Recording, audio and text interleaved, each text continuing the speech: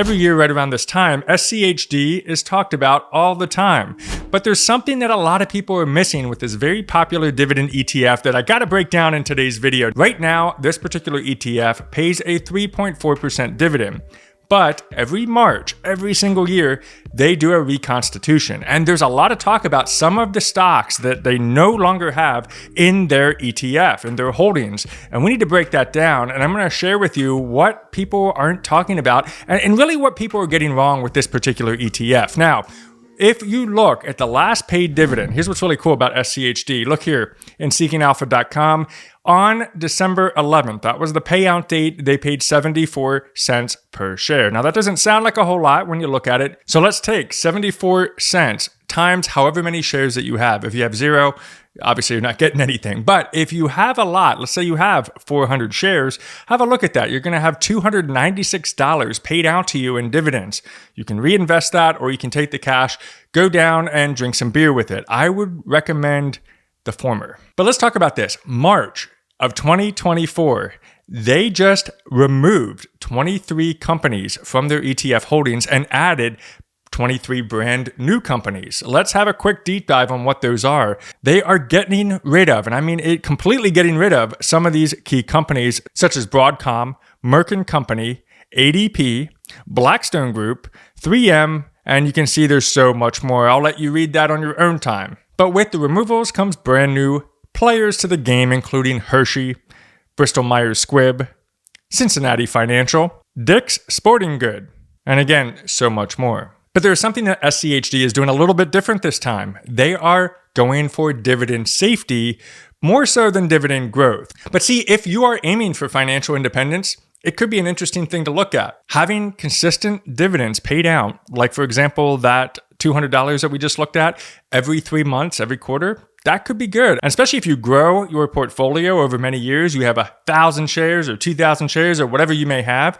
When you have dividend safety, you can be a little bit more reliant on consistent income from those dividends from this ETF. And that can really help when it comes down to financial independence and especially retiring early. Because the last thing we want to do when we're financially independent is get so excited about the fact that you now have control, you're now free, everything's great. And then all of a sudden you find yourself trapped because you weren't paying attention. And then you have to go find a job. And the only job is available is you got to be a birthday clown on the weekend at children's birthday parties. No offense if that's what you like, but you're supposed to be retired. But the bigger issue here that everybody seems to be getting wrong in this particular year's reconstitution is this little cat right here. Broadcom, ticker symbol AVGO. It represented 4.9% of SCHD last year, but now it's gone. It's been fired. But if we go over to Seeking Alpha, this is where people are freaking out. AVGO, right? There's Broadcom. We're going to click on that. Let's take a look at the performance. Oh my gosh, look at that. In the last year alone, this thing has grown 98%. You basically doubled your money if you invested money a year ago. That's a really good raise, is it not? Let's take a look here at the max, and you're just going to see this beautiful upswing. Whoa, what is happening there? Well, that's actually as a result of the improved visibility and growth of not only tech, but also artificial intelligence and semiconductors. That's the deal with Broadcom. What a phenomenal growth stock, right? What a phenomenal growth all the way through here. I can go back to the 10-year, it still looks great. 5 years still looks sexy. 1 year looking good. Even 6 months. This thing is on a rocket ship, and I don't think it's slowing down anytime soon. So you might say to yourself, and I think a lot of people are, based on the videos and the articles that I'm reading, why would SCHD drop AVGO? Why would you do that? It's doing so well. Why would you replace something like AVGO with this? Look at that. Bristol Myers Squibb down for the year. That doesn't sound too good, does it? Here's what people are getting wrong. There's a couple things that SCHD does every single year. It goes through its recharacterization.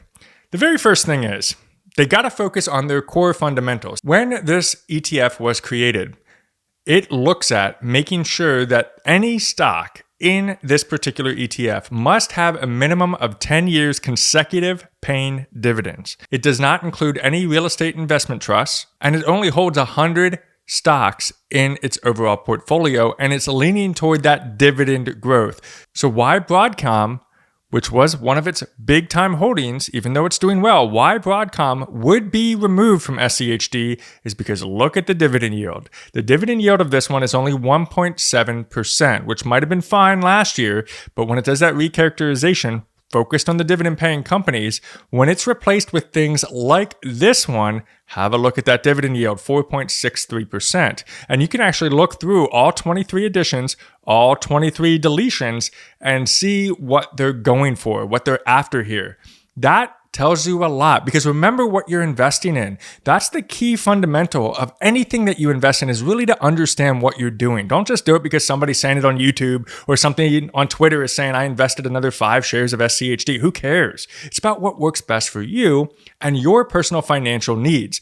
If you are excited about dividend growth and stability, maybe not having massive growth immediately, well, then maybe something like a dividend paying ETF would be something to look into. But if you don't like that, you want massive growth, you want to double, triple your money, you want to just go to the moon, look into something that can do that for you based on what you're interested in. So as a result of these very particular removals and additions, regardless of the fact that Broadcom was removed, which everybody's fussing about, that means the overall dividend yield of SCHD is actually expected to increase by 0.31% over this next year to a total dividend yield of 3.87%. That is an improvement. And that, for the right type of dividend investor who's focused on the long term and not the short term, man, they're feeling good. They're feeling happy because it's performing as it should on the foundation of what this particular ETF was created for in the first place. Now, last year, I did a video on this particular ETF and I held right around 200 shares. Today, here it is, I'm up over 400 shares.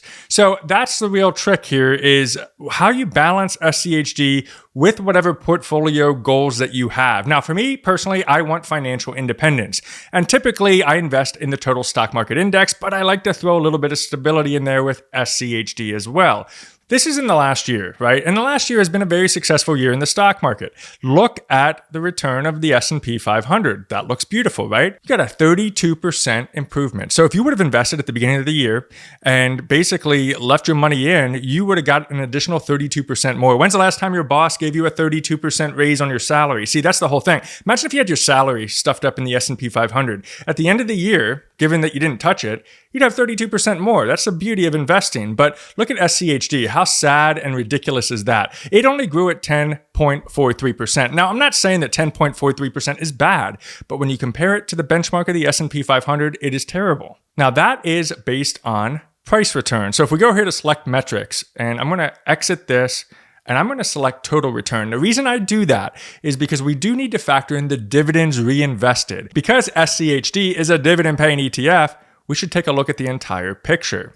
Let's take a look here. Oh, it's still really not that good. Only up 14.6% comparatively to the S&P 500 at 32%. So you might be thinking to yourself, why would you do this? Why would you do this? I mean, you're definitely going to be a birthday clown on the weekend because you're not going to be able to have the amount of growth necessary, especially if you put all your eggs into one basket, which I never recommend. Let's say you did. You're definitely putting on that clown makeup very, very soon. That's not going to hold up over time with a 4% withdrawal rate. But when in doubt, zoom out. Take a look at the historicals if we actually zoom out from 1 year to 3 years to 5 years. Let's go to 10 years. Now that's where things get a little bit interesting. Now we see SCHD beating the S&P 500, 191% to a total of 178%. And that is factored in the foundation of dividend safety and dividend growth. When things do go bad in the stock market, like we saw here in 2022, do you see how it's coming down here? Because we had a lot of interest rate hikes. That didn't impact SCHD as much as it did the S&P 500. Why? Because it doesn't have a lot of focus on growth. Remember, growth companies need to depend on growing, but they also need to depend on getting loans and getting the capital available to expand their business. And if interest rates are going up, they're going to pull back on some growth opportunity until interest rates fall. So naturally, the S&P is going to react to that, whereas SCHD kind of remains flat. And that is a big, I think that's where it really helped to pull it away from the S&P 500 and give a phenomenal return. Now, I don't know about you, but here's what I do. Because I'm a nerd and I like to do nerdy things. Don't judge me. I go through all the different ETFs that I have, and usually every quarter or so, I like to update. Now, this is a relatively new thing. Don't get me wrong. It only goes back to December 8th, 2023. But every quarter, I'm updating what the top 10 holdings are rated by the percentage of that holding. So here we have this update from 3/19. Take a look now. The top company, Texas Instruments. But look right next to it. There's your boy Broadcom, right? Hanging out there at the top. Before that, though, was AbbVie, and before that was Verizon in this very short period of time. Now, how I find this information, if you want to do it for yourself and be nerdy like I was, just create an Excel document like this one. Come over here to Seeking Alpha. Now, you can do this whether or not you subscribe to Seeking Alpha. If you want to subscribe, I do have a link in the description below on a discount, but you can do this one for free. Go over here, type in SCHD, hop over right here where it says Holdings. Click on that, and then scroll down here to the bottom, and right there it is. Now, here's what's tricky about it. It only shows you the latest and greatest. See, holdings as of 3/19. So what you want to do is keep track of it yourself like I have, because I can't go back in time here. I can't see what the top 10 holdings are. I wish, hey, Seeking Alpha, if you're watching this video, you should have that in here. That would be kind of sweet. Now, and if I'm missing it, by the way, somebody comment below and correct me and say, hey, if you actually go over here, you can find it, you dummy. But I don't think you can. So I'm going to go do the nerdy thing, and I'm going to plug this in like this. But the reason I do that is so I can also keep an eye on what's being invested myself.